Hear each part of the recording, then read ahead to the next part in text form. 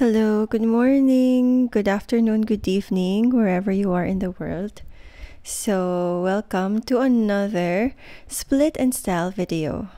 Today, ang isa-split and style natin ay mga mini orchids. First is this Dendrobium Jenkinsey or Jenkinsey, I don't know.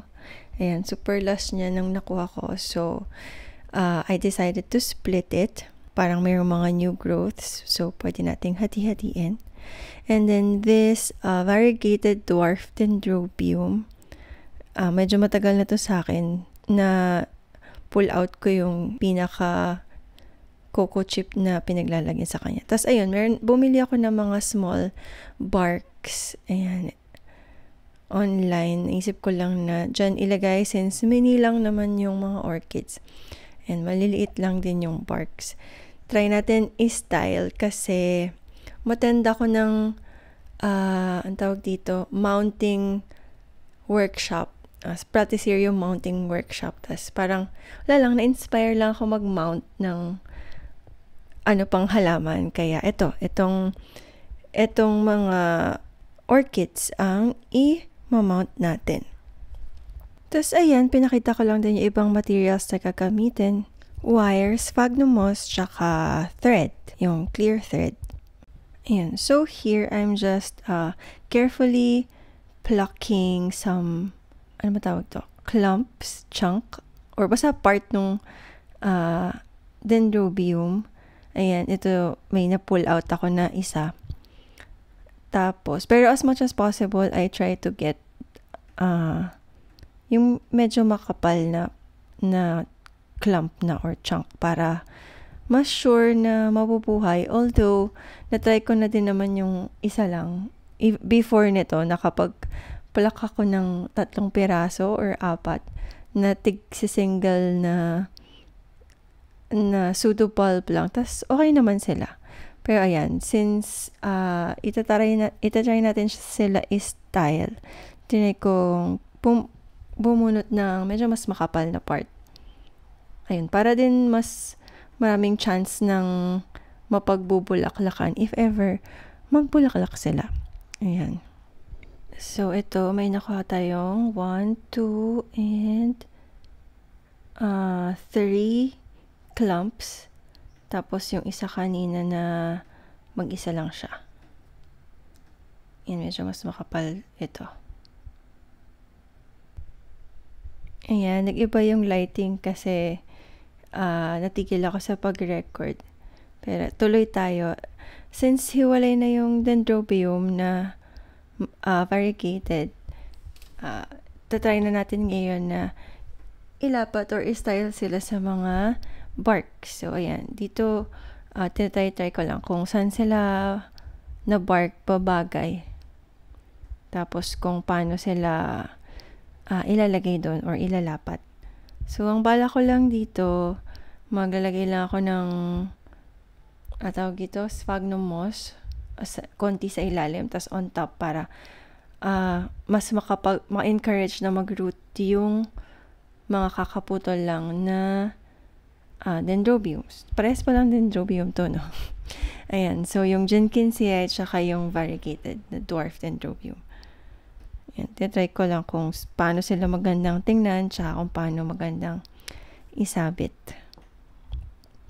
So, I think makakagawa ako dito ng 5 na hanging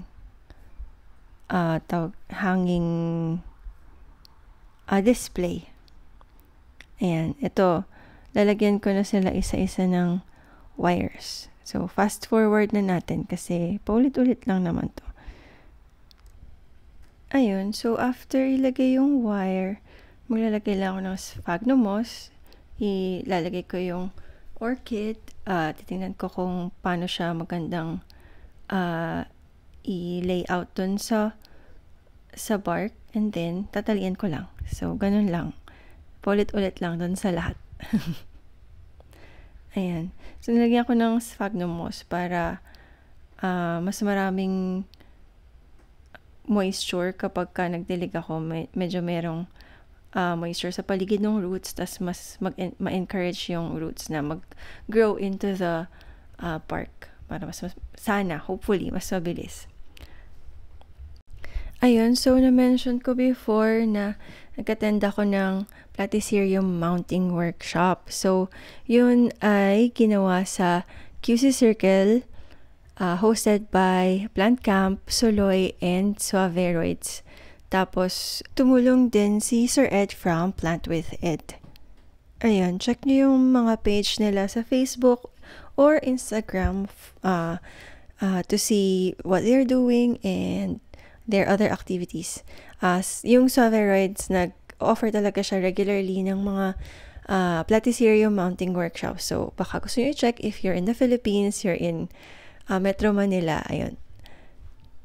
So, ako naman, medyo nahilig ako sa mga orchids nitong mga nakaraan. So, medyo nakapag-collect ako ng marami-rami. Sila yung gusto kong i-mount ngayon.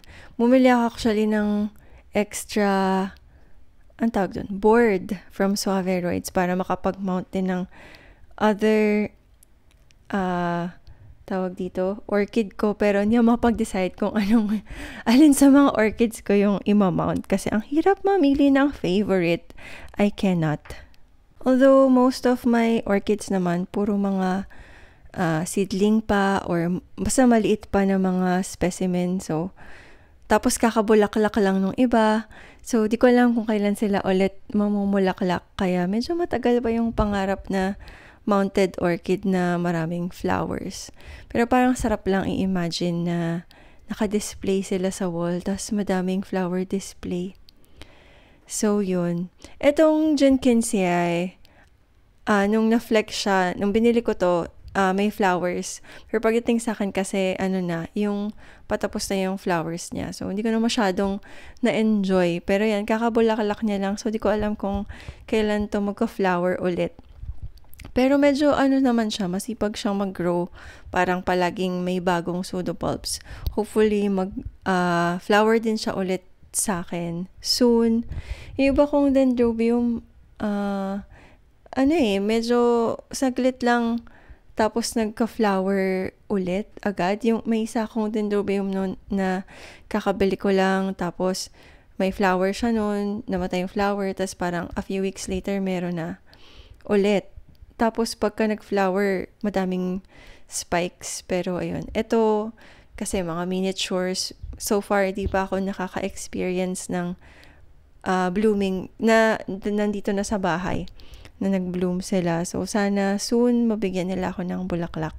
Yung variegated dwarf dendrobium, binili ko siya kasi nagpipink yung leaves niya kapag mas exposed siya sa sun. So, actually, dun palang masaya naman na ako. Pero medyo mabagal siya mag-grow unlike nung Jenkinsiae na, yun nga, sabi ko, ang dami niyang growths kahit na bago pa lang siya sa akin. Pero itong dwarf dendrobium na variegated, medyo mabagal siya for me. Maliit pa rin siya hanggang ngayon, kahit na medyo matagal na to. Pero hinati ko pa rin siya kasi ganun tayo katapang. Ayan, hopefully, medyo mag-grow naman ito ngayon. Pati yung mga iba pang orchids ko. Ayun, kasi maliit ako bumili ng orchids para makarami. Kasi kapag mas malalaki yung orchid, syempre mas mahal. So, para lang meron akong maraming kinds, bumibili ako ng maliit para mas marami akong mabili sa budget ko. Pero yun, medyo matagal din palang maghihintay kapag mas maliit yung na specimen yung bibilin mo or less mature specimen yung bibilin mo. Pero yun, kung tipid ka, yun yung option. Bumili ng mas maliit or propagation or keiki.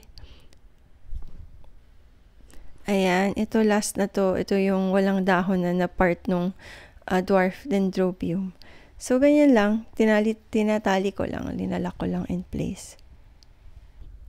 Marami pa akong gustong i-mount. Marami pa akong gustong tawag dun?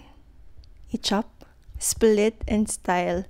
Pero that's for another video na lang. So, ayan na yung mga finished product. Hindi ko alam kung maganda talaga silang tingnan, pero yan, nilagyan ko sila ng mga wires para mas madali silang isabit. Ayan, parang cute naman sila for me. Sana na-inspire kayo to split and style your plants and may natutunan kayong konti sa video na to. Or basta may napulot kayong something. Sana. So, hope to see you again in the next video. This is Grace from Grow with Grace, and have a nice day. Bye! See you soon. Thank you for watching.